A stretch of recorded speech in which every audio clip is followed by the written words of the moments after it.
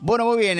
No es la primera vez que lo tenemos en línea. Ya hemos hablado con el legislador provincial Gregorio Hernández Maqueda. Lo tenemos en línea.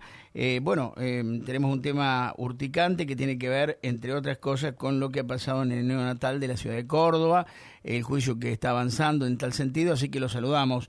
¿Cómo le va, Hernández Maqueda? Buen día. Aquí en el estudio, Héctor Dehesa, quien le habla, Atilio Gessi. Buen día. Muy buen día, un gusto estar con ustedes. ¿Qué ¿Cómo le tal? va? ¿Todo ¿Todo bien, bien? Gregorio?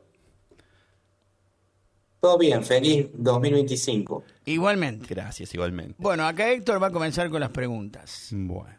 Gregorio, estuvimos viendo ayer, ¿sí? algunas expresiones que tuviste en torno a este juicio que está siendo notorio en Córdoba, ¿sí? Y en el país. Y en el país, ¿sí? La muerte de los bebés en el neonatal. Pero bueno, nos interesa, más allá de la responsabilidad de la principal imputada, ¿sí? La responsabilidad también de las autoridades del gobierno, ¿sí? ¿Qué tenés para contarnos al respecto? ¿Cuál es tu opinión? Es evidente que ante una serie de hechos de esta magnitud, de esta crueldad, de este terror, acontecidos en el ámbito de una dependencia pública, de una dependencia de la administración pública provincial, que es administrada por el partido peronista desde hace 25 años, cabe una responsabilidad política.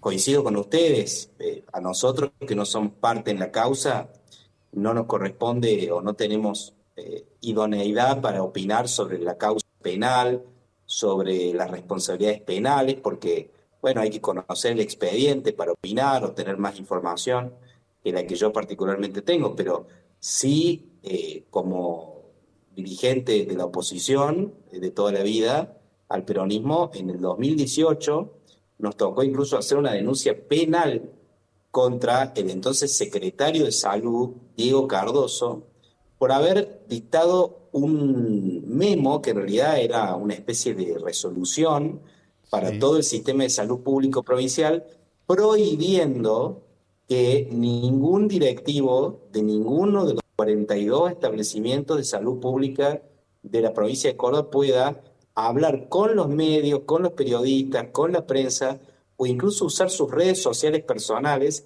sin la previa autorización suya.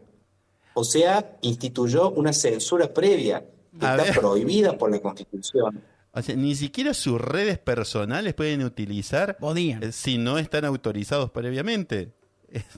Tremendo. Esta es la resolución número 2 del año 2018, del 16 de marzo de 2018, del doctor Diego Cardoso, un memo mordaza, un Sí, cepo, un bozal que le sí. puso a los máximos representantes del sistema de salud público para que no puedan hablar ni con los medios, ni usar sus propias redes sociales para dar cuenta de ninguna información que ocurriera dentro de los establecimientos de salud público de la provincia, con lo cual vemos una vocación oscurantista, una vocación por la opacidad, una guerra contra la transparencia, una guerra contra la libertad de que la información circule libremente, sobre todo en cualquier ámbito de trabajo, los dependientes de uno tienen que ser discretos y no pueden ventilar información que se hable en un ámbito de trabajo, pero eso es con sus asesores particulares o con su secretaria privada, pero no con directivos de hospitales públicos de la provincia,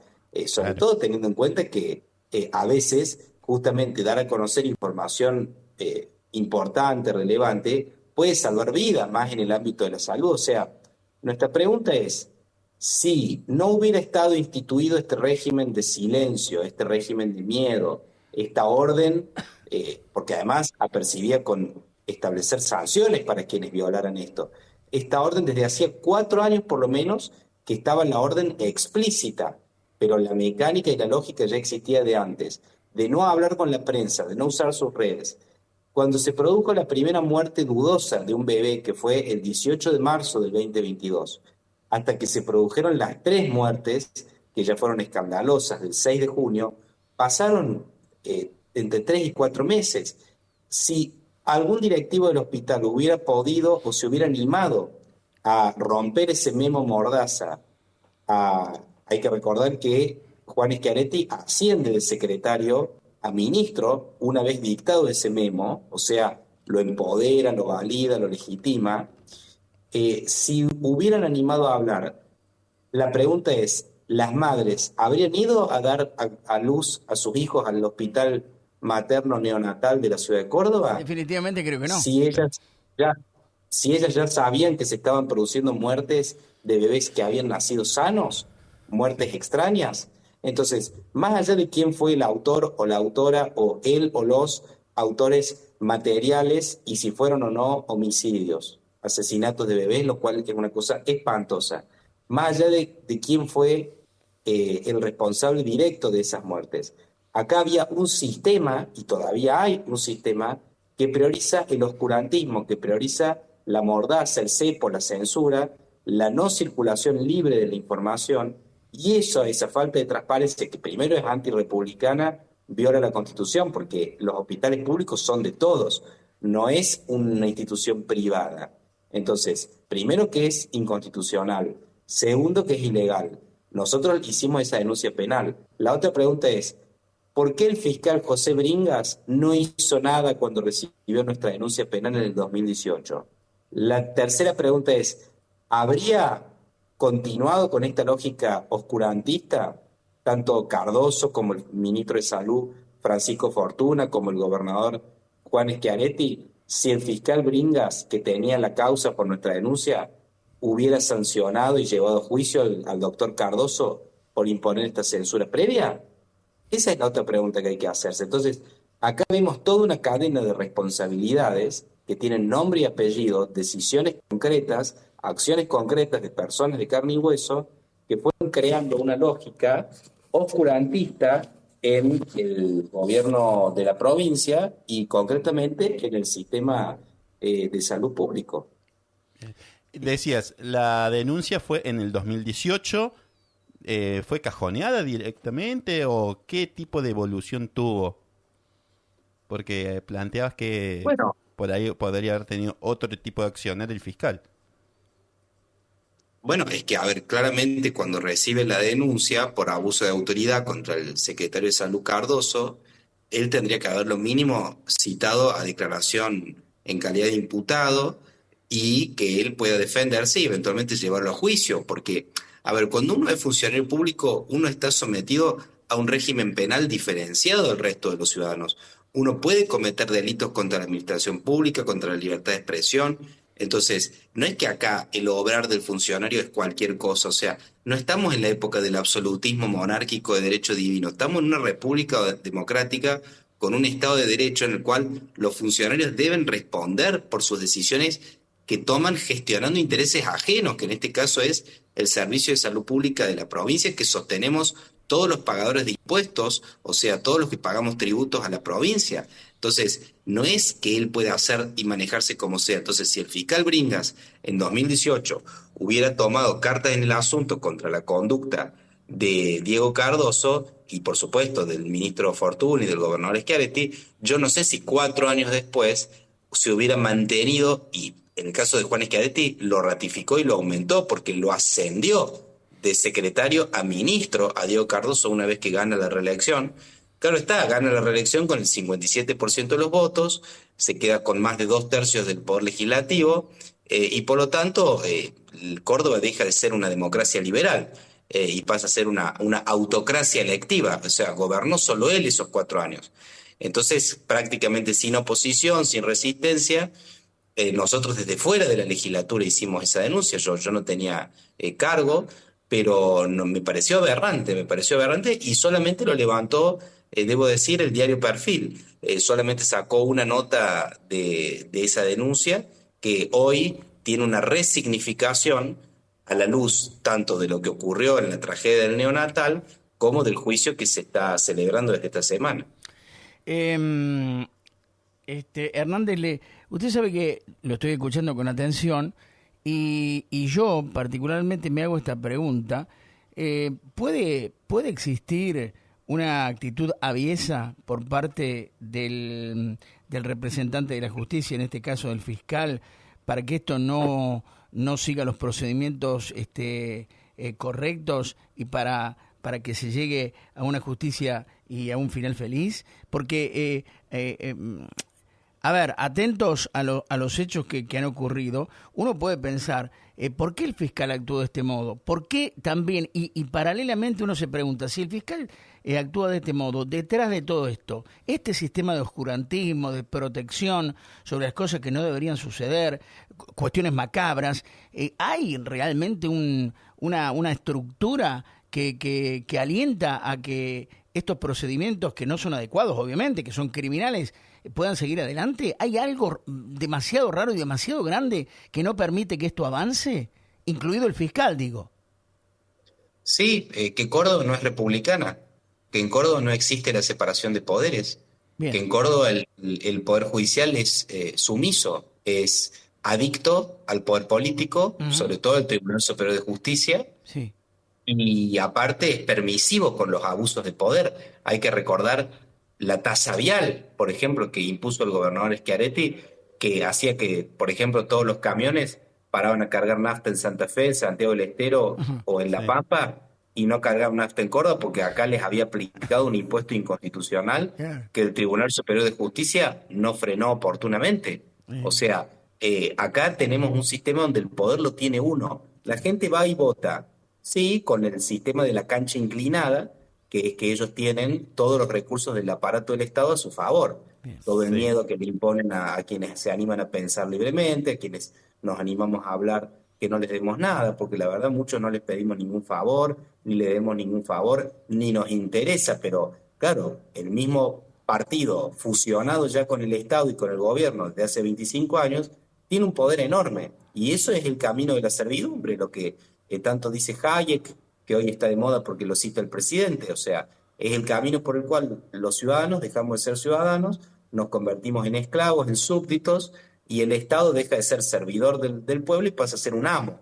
Entonces, eso pasa cuando no hay separación de poderes, eso pasa cuando no hay un fiscal independiente, o muy pocos. A ver, es cierto que hay que reconocer, por ejemplo, a la doctora Companys de Villa María, que la verdad se ha animado a enfrentarse a personas poderosas, como es el caso de Martín Gil, a la jueza María Soledad Tori, que la verdad demoró mucho, pero finalmente actuó bien, o acá en Córdoba a Enrique Gavier, uno de los pocos fiscales independientes que, bueno, ha metido preso a toda la cúpula del servicio penitenciario porque eran corruptos y coimeros, y todos convalidados por el esqueletismo y el terrorismo. A la cúpula de la policía, este señor Mercado, que estaba también con el delito y la mafia del robo de celulares. Entonces, acá el problema es que sin separación de poderes, una Córdoba que no es republicana, que es autoritaria, que es feudal y que tiene esclavizado al pueblo, bueno, estas cosas lamentablemente son la regla, porque no es producto del azar o producto de la casualidad. Claro está, ahora todo parece ser que está sobre esta señora que era enfermera. Yo no tengo posibilidad de decir cuál fue su grado de involucramiento o no con los hechos. Eso se va a determinar en el juicio. Lo único que digo es, no hay que solo, para analizar seriamente un caso grave como este, no hay, y para que, sobre todo, que es lo más importante del juicio, que no se vuelva a repetir, hay que ver cuáles son las estructuras políticas que permitieron y que son caldo de cultivo, y las lógicas mafiosas de silencio que son caldo de cultivo para el miedo, y el miedo es caldo de cultivo para el mal, para que el mal crezca. ¿Por qué? Porque la gente no se anima a hablar, no se anima a ventilar, tiene miedo a perder su laburo, tiene miedo a perder su puesto, tiene miedo a ir presa, tiene miedo a una persecución propia o su familia. Entonces, pero acá fue muy burdo porque lo puso por escrito el señor Cardoso en un memo, y bueno, no, la verdad nos la sirvió en bandeja para hacer la denuncia, pero el problema fue que el fiscal no hizo nada. Si hubiera hecho algo a tiempo, si Córdoba tuviera un poder judicial independiente, el fiscal se habría animado y quizá nos hubiéramos ahorrado la muerte de los bebés. No se puede saber porque es contrafáctico, pero sí es cierto que hubiera sido más probable que ante las primeras muertes sospechosas de bebés que habían nacido sanos, y bueno, quizá muchos usuarios del servicio de salud neonatal hubieran cambiado de lugar, porque dijeron, no me gusta esto que pasa". Ahora, como la información se retuvo, y bueno, le vedaron esa posibilidad a la gente de seguir yendo a tener a sus hijos, a dar a luz a sus hijos, en un lugar donde estaban muriendo chicos que nacían sanos. Hace rato que no, ya está lo tuyo enseguidita. Digo, hace rato, ¿no?, que la división de poderes no existe en la Argentina, y no solamente en Córdoba. A nivel país, este punto deja mucho que desear. Y nosotros días pasados tratábamos un tema que tiene que ver justamente con la gente que trabaja en la justicia, pero fundamentalmente quienes tienen grados superiores, como el caso de los fiscales y demás, ¿no? Ni hablar el tema de los jueces. Yo sostengo y percibo de que hay mucha gente con mucho poder dentro del ámbito de la justicia, de la provincia de Córdoba, si se quiere, y tal vez de otras provincias, no lo sé, pero que realmente reciben mucha presión y tienen miedo, tienen temor realmente de que a sus familias les pase algo. Y esa también es un punto que hay que tener en cuenta. Yo creo que también hay algunos que se mueven con el miedo, y por eso la justicia no llega a buen término. Me parece que es uno de los elementos, de los tantos que hay en el medio, ¿no? Hablamos justamente de este asunto días pasados aquí en la mañana informal. Héctor, sí, así es.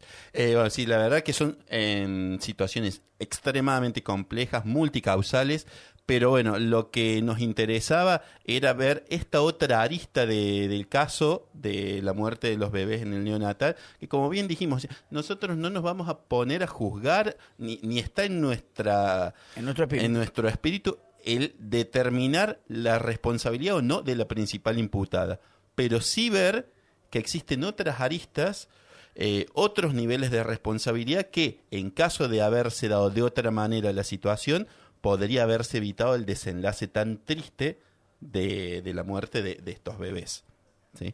Eso era lo que queríamos analizar, y que bueno, por ahí, por la connivencia de la justicia, por la falta de alternancia política, porque eso también nos está sucediendo. Ya llevamos un cuarto de siglo con el mismo color político en la provincia.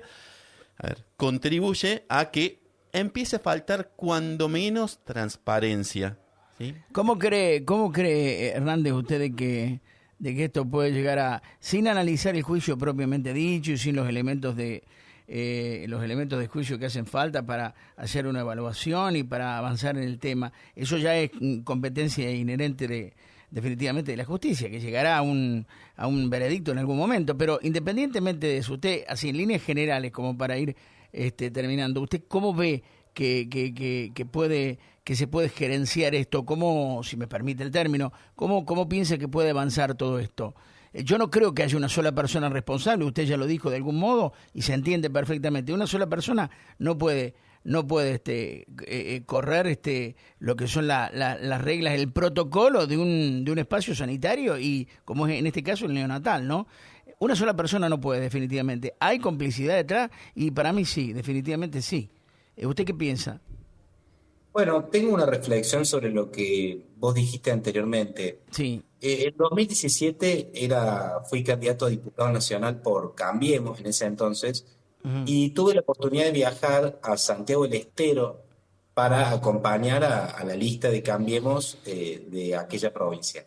Sí. La verdad es que vi cosas terribles que nunca creí llegar a ver en Córdoba, en la vecina provincia norteña de Santiago del Estero. Ajá. Es una hermosa provincia con gente fantástica, pero que lamentablemente está bajo el terror de un matrimonio diabólico, que son los Zamora, y que hace que la gente toda tenga miedo porque o les debe el cargo a ellos, o les debe la permanencia en el cargo a ellos, Claro. y es Claro. toda una sociedad ensobrada y estatizada. Toda la sociedad, o sea, Hay todo un entongue. claro, desde los grandes abogados que tienen cargos importantes en el máximo tribunal, Sí. hasta el último dirigente barrial tiene una beca de 100.000 pesos, 150.000 Claro. pesos, o lo que sea. Pero obviamente algunos te dan sueldos de 8 millones de pesos y otros becas o subsidios de 150.000 pesos. Pero es toda la sociedad dependiente del señor feudal Sí. por vías terribles de dominación. Ujú. Y bueno, yo lucho porque Córdoba no se convierta en eso. Voy a dejar la vida y la dejo y la seguiré dejando para que Córdoba no se convierta en una tiranía peor que el grado de autoritarismo muy alto que ya tenemos hoy y que quizás no se advierte del todo. Y lo voy a hacer con toda la fuerza que tenga y que Dios me dé, porque quiero una Córdoba más libre, quiero una Córdoba más transparente, quiero una Córdoba más republicana, quiero una Córdoba con alternancia, en la cual alguna vez puedan gobernar los peronistas, otra vez gobernaremos los liberales, como han gobernado los radicales.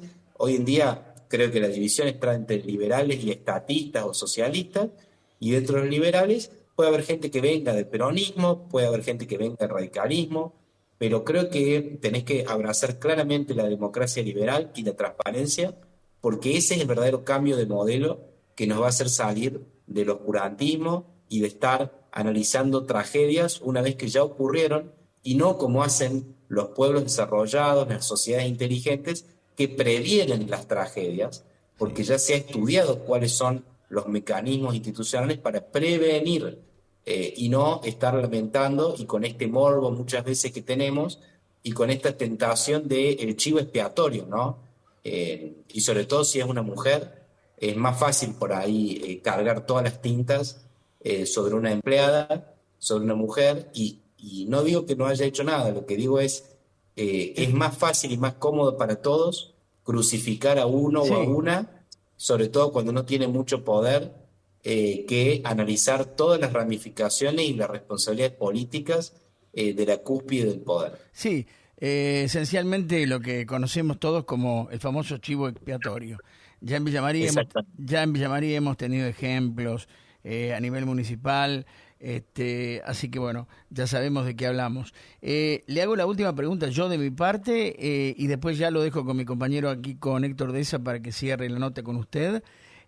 ¿Cómo se está conformando, cómo se está broquelando bien, digamos, la fuerza libertaria en Córdoba? ¿Está logrando realmente, digamos, un resultado en tal sentido halagüeño? ¿Cómo ve que el liberalismo vuelvo a repetir el término, abroquelando, conformando, tiene una estructura homogénea, se está acercando a mucha gente? Deme un panorama bien sintético al respecto, por favor. Bueno, creo que hay una historia antikirchnerista en Córdoba muy fuerte Bien. y hay una historia liberal y libertaria más nueva o más chica. En el caso mío, siempre he sido un liberal, estaba en la coalición cívica, en Juntos por el Cambio, hoy estoy sin partido, Ujú. pero adhiero y apoyo al presidente Milei, creo en sus políticas, creo que nos están sacando de la crisis y el partido formalmente, la Libertad Avanza, es muy nuevo, recién tiene pocos meses constituido como partido, entonces tiene el gran desafío de contener y de albergar a todos los liberales que quieran apoyar y abrazar las ideas de la libertad, hayan estado donde hayan estado. Lo que importa es una convicción filosófica y política de hacia dónde uno quiere llevar el país y la provincia. Entonces, bueno, yo creo que ese es el gran desafío ahora para 2025, elevar el nivel de los legisladores nacionales, elevar el nivel del debate y que pueda haber gente preparada, no solo claramente decente y honesta desde lo ético, sino también con alguna capacidad para reivindicar el rol del Congreso y que acompañe las reformas que nuestro país necesita para salir adelante. Bien. Muy bien. No. Gregorio, no tenemos más que palabras de agradecimiento por esta participación.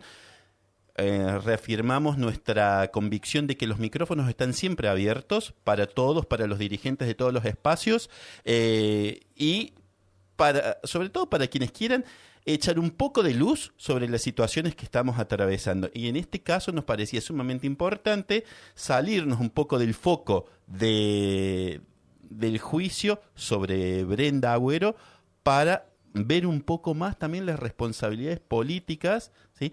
No sé si tenés alguna palabrita para agregar como para cerrar ya, pero de mi parte, un agradecimiento profundo por tu participación y como decía recién, ratificar que siempre los micrófonos están abiertos para cualquier nueva participación. Inquietud, lo que ustedes quieran, con lo que quieran participar. ¿Hay algo más que quiera agregar?